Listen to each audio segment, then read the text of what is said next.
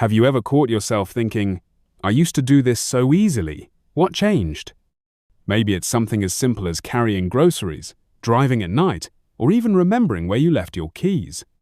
It's not that you've suddenly become incapable, it's that certain things start quietly slipping in, slowly chipping away at your independence without you even noticing. And that feeling? That subtle loss of control? It can feel frustrating, even scary. But here's the truth, losing your independence after 65 isn't inevitable. A lot of it comes down to small things that sneak into your routine. The good news? Once you know what they are, you can take your power back one simple step at a time.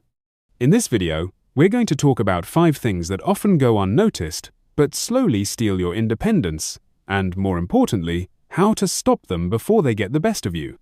Let's start with the first one, relying too much on convenience. Now, don't get me wrong, there's nothing wrong with a little help. Delivery services, electric can openers, voice-activated devices, they're all great tools.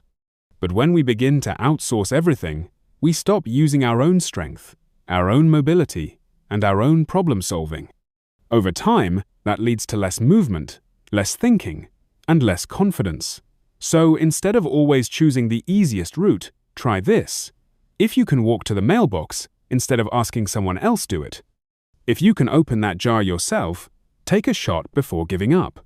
The goal isn't to make life harder, it's to keep yourself engaged and capable. Now, here's another sneaky one: skipping regular checkups or ignoring small health issues.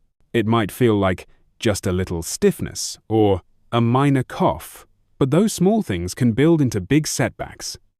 The more you ignore them, the more they can take control.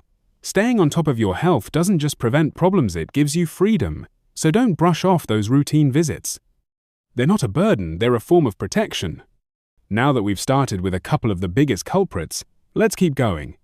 Now, let's talk about something that creeps in even more quietly: social withdrawal. You might not notice it at first. Maybe you stop going to your weekly card game, or you skip church a few Sundays in a row. You tell yourself it's just a break, that you'll go back next week. But then, weeks turn into months, and before long, you start to feel more isolated than you ever expected. Here's why that matters. Independence isn't just about physical strength or doing everything by yourself. It's also about staying connected mentally, emotionally, spiritually. When we stop engaging with people, we lose confidence in our ability to socialize, to speak up, to be seen, and that affects everything else. So, even if you're an introvert, or even if friends have moved away or passed on, don't give up on connection. Call someone, join a local group, say hello to the neighbor you usually just wave at. Small social steps keep your independence alive in powerful ways. Another quiet thief? Letting fear make decisions for you? After a fall, a car accident, or even a health scare, it's natural to feel cautious. That's human. But when fear turns into avoidance, when you stop walking outside, stop driving altogether, or stop trying new things, you're no longer just being careful, you're letting fear take the wheel. One of the strongest things you can do is face fear with preparation. Instead of saying, I might fall, say, I'll use my cane and walk with purpose. Instead of, I'm too nervous to drive, try driving in safe, familiar areas to rebuild confidence. Independence doesn't mean being fearless. It means not letting fear make your choices for you. And sometimes, the bravest thing is taking one small action that reminds you you're still in charge, that your story isn't over, that there's more living to do. Let's keep going, because the next one is something that surprises a lot of people. It's clutter. Not the kind you see on television shows with piles to the ceiling, but the everyday kind that slowly fills your space until it fills your mind. A messy kitchen counter, stacks of old magazines, drawers packed with who knows what. At first, it's just stuff.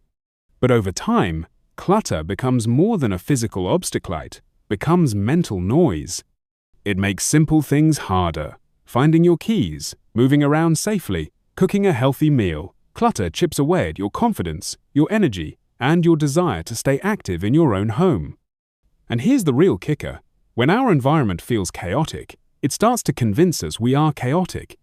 But you can take your space back bit by bit. Start with one drawer, just one, or clear off the table you haven't eaten at in weeks. You don't have to do it all in one day.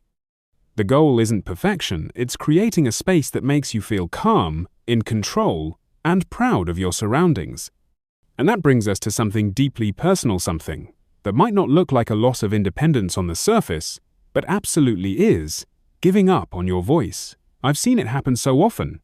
You're in a doctor's office, and don't ask the question you really wanted to.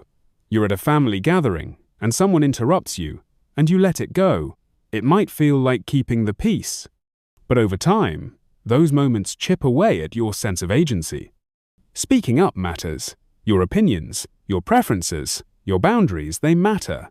And using your voice, even in small moments, reminds you that you're still the author of your own life. Whether it's telling your grandchild how much you miss their visits, or asking your doctor to explain something in plain English, your voice is a powerful tool for staying independent. So today, take one moment to stand up for yourself. Clean that drawer, make that phone call, ask that question. Because the truth is, independence isn't something we either have or lose overnight. It's something we protect, one choice at a time. You've got more strength, more wisdom, and more life ahead than you may realize. Let's make sure you stay in the driver's seat. And if this message resonated with you even just a little, I'd love to hear from you in the comments. What's one thing you're doing to stay independent right now? If you found this video helpful, give it a like and hit that subscribe button. There's so much more we can explore together. Until next time, take care of yourself. You're not just aging, you're growing, and that's a beautiful thing.